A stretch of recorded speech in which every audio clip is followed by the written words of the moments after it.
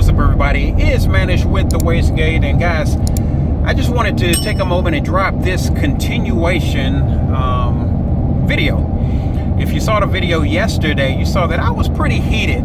You know, I dropped a video talking about subscribers that accused me of being too negative on the Porsche brand, and then I went into talking about how listen, you just gotta watch the video. There's a link right here to watch it, but I wanted to give an update. So you know that I had the damaged light sensor or night sensor on the front of the car, and I received a quote from a Porsche service center that it was going to be in the range of $5,600 to replace this sensor, and they quoted me some components that had to be replaced, you know, to make the job complete.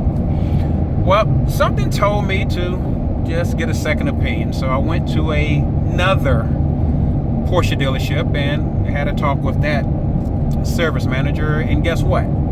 I got another quote, and this quote was literally half.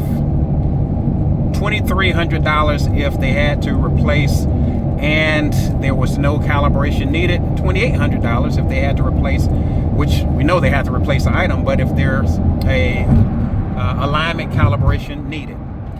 $2,800 versus $5,600 is $2,800. That's literally double the price. So here's the learning. First off, I believe in being fair, and you know, if I'm going to be critical of a brand or of an event, given the opportunity to share the other side of that, you know, I definitely want to do that as well. So here's the learning. You visit one dealership or one service center, and you visited one dealership or service center. So when you get a diagnosis on an issue with your car, guys, don't let that be your one-stop remedy.